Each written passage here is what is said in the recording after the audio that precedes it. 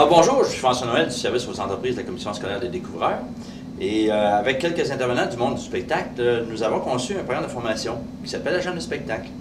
Et j'ai à mes côtés les intervenants qui, au départ, a été à l'initiative de ce programme de formation et qui est devenu un formateur très impliqué, Pierre Zika. Bonjour Pierre. Salut. Alors depuis 2007, Pierre, tous les étudiants qui se sont inscrits au programme de formation Agent de spectacle avaient des attentes. Alors si on considère la réalité de l'industrie du spectacle, comment le programme de formation peut aider les étudiants à atteindre leurs objectifs?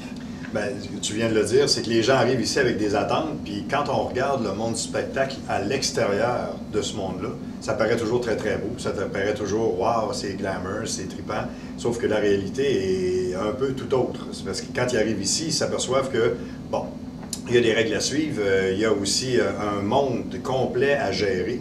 C'est-à-dire, qu'est-ce que c'est mon rôle en tant qu'agent de spectacle? Est-ce que je veux devenir agent de spectacle ou bien je pensais que c'était gérant d'artistes que j'allais voir? Et dans les objectifs qu'ils ont à atteindre, bien, il faut qu'ils soient conscients que la réalité, c'est une autre face que la perception qu'on en a.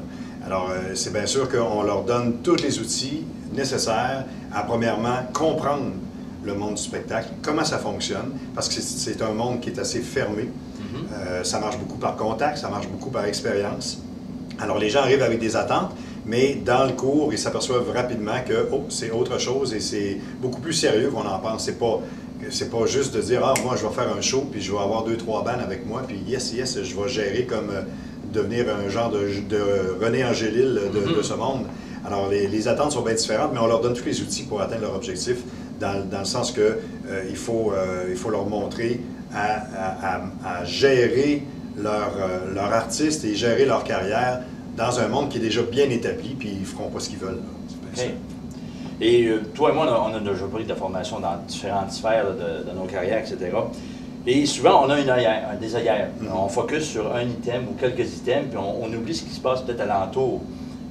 Qu'est-ce qu'on aurait comme conseil à donner à ces gens-là, des étudiants qui vont rentrer, là, qui sont déjà au programme de formation, qui ont peut-être juste une vision de ce qu'ils veulent faire, et comment on pourrait les conseiller d'ouvrir ces œillères-là pour peut-être tâter de ce qu'il y aura comme opportunité à côté, là, qui pourrait peut-être escamoter s'ils n'ouvrent pas ces œillères-là, justement?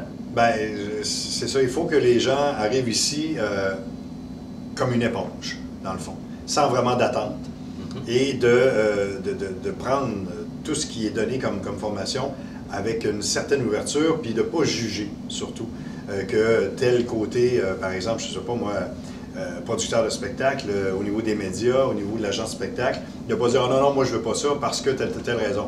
Attends, regarde qu'est-ce qu'il y en est, suis la formation, et par la suite, il faut avoir une ouverture d'esprit sur tout ce monde-là, parce que je pense qu'on doit être versatile dans ce domaine-là. On ne peut pas se concentrer juste sur une chose, il faut être au courant de tout. Alors, le meilleur conseil, c'est d'arriver ici sans œillère, avec un esprit ouvert, un esprit critique, mais sans jugement. OK. Dans le programme de formation, évidemment, tous les formateurs qui sont là viennent de l'industrie du spectacle. Comment est-ce qu'on pourrait dire aux gens, tirer au maximum profit de ce que vous allez avoir comme présence en avant de nous autres, là, comme contact dans l'industrie du spectacle, pour justement établir le plus de contacts possible pour l'après-formation? Parce qu'on sait très bien que dans ce domaine-là aussi, le réseau est très, très, très important. Autant les autres formateurs que moi, c'est sûr qu'on est prêt à donner énormément d'informations. C'est en posant des questions, et c'est comme je te disais tout à l'heure, en ayant un esprit ouvert, un esprit critique, de discuter, de pouvoir poser beaucoup, beaucoup de questions et de profiter de chaque moment et chaque parole de ces formateurs-là, parce que, évidemment, c'est de leur bord en bord. Ils ont l'opportunité de venir entendre des gens du métier, de la profession, et ils les ont devant eux. Alors, poser des questions, essayer de faire des liens entre chaque formateur et de communiquer avec ces gens-là d'une façon bien ouverte. Il faut vraiment que ces gens-là tirent profit le plus possible des formateurs et de la formation en général, que ce soit dans les bouquins, dans les dossiers qu'on leur remet, autant que, regardez, on ne peut pas non plus tout savoir ce que les gens veulent entendre. On leur donne le maximum, mais par des expériences, par des anecdotes, par bon, tout ce qui se passe alentour. On n'est pas là comme formateur parce qu'on était avant et on n'est plus dans le métier. On est acteur du métier à tous les jours. Alors, tirer profit en comptant des expériences puis en posant beaucoup de questions, je pense que c'est très profitable. Dans la formule d'enseignement qu'on utilise, qui est l'individualisé, d'abord, il n'y a pas de formule d'enseignement qui sont parfaites. On prend l'individualisé qui est là, donc c'est-à-dire que l'étudiant est maître de sa formation. Quels seraient les avantages, puis quels seraient aussi les inconvénients de cette formule-là, d'après toi? Bien, l'avantage, c'est d'être autonome dans l'horaire, d'être capable de suivre cette formation-là avec chacun de leurs horaires. On a rencontré dans le passé des élèves qui travaillaient très, très fort de jour dans des shops, où ça demandait beaucoup d'énergie, tout ça, puis le soir, arrivaient ici pour étudier. Bien, à 9 h le soir, on commençait à les perdre. Alors, à quelque part, c'est le fun parce qu'on peut jouer avec notre horaire à ce niveau-là. L'inconvénient, j'en vois pas vraiment beaucoup. Je pense que chaque personne, comme on venait de le dire, doit tirer profit de nos expériences. Et puis, quand on est là, bien, écoutez, il faut profiter de nous autres. Il faut profiter de nous autres dans le bon sens, d'être capable là, de pouvoir évoluer dans notre formation et être conscient que c'est pas juste pour se débarrasser qu'on fait ça. Là. On fait pas le module pour se débarrasser, on le fait pour le comprendre. Puis le formateur est là justement pour pallier à toutes les questions. Dans ce qu'on a à faire, donc la formule individualisée prévoit donc 250 heures environ de tronc commun où les gens vont faire de façon individuelle comme telle une progression dans leur apprentissage. Après ça arrivera l'introduction à l'industrie du spectacle où on met 10 ateliers de 3 heures qui va permettre aux étudiants d'avoir un aperçu, un survol comme tel de l'industrie. Et après ça, on les amène vers une spécialisation. Comment les gens devraient aborder cette spécialisation-là? Soit agent de spectacle, relationniste de presse, gestionnaire de sa propre carrière d'artiste, ou vers une maison de production ou de disques. Bien, avant de choisir son avenue, il faut voir toutes les possibilités.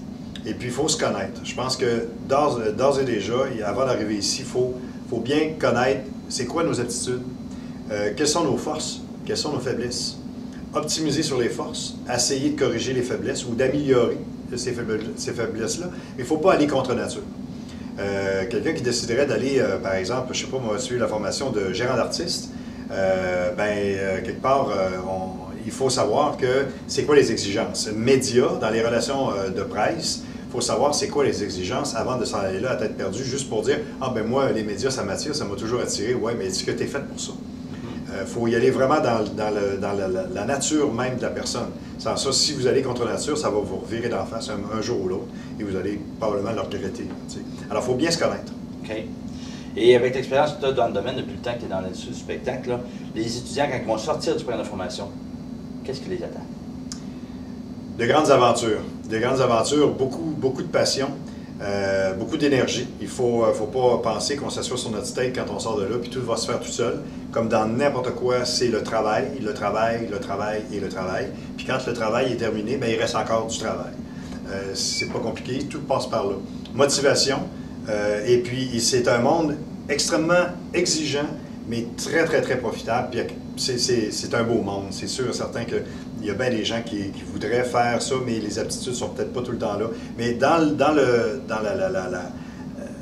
vrai monde, en sortant là, du cours, il faut qu'ils s'attendent à travailler.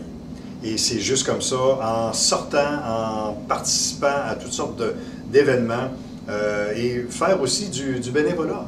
À quelque part, il ne faut pas avoir peur de donner du temps. Si vous sortez de là et vous dites comme un avocat ou un notaire, moi aussitôt que le téléphone sonne puis je charge 75$ de l'heure, ça ne marche pas comme ça. Il y a beaucoup de temps à donner. Les artistes sont très exigeants, c'est des gros bébés. Ce monde-là est fait d'émotions. C'est des grosses boules d'émotions partout. Mais il reste à la fin du compte que quand on calcule, il faut calculer aussi les productions, il faut calculer qu'est-ce qu'on fait. Bon, alors, c'est du terre à terre, mais il ne faut pas se laisser aller dans des grands élans d'émotions. Il faut être terre à terre dans tout ça, mais c'est un monde d'aventure qui les attend, c'est bien sûr, c'est une belle aventure.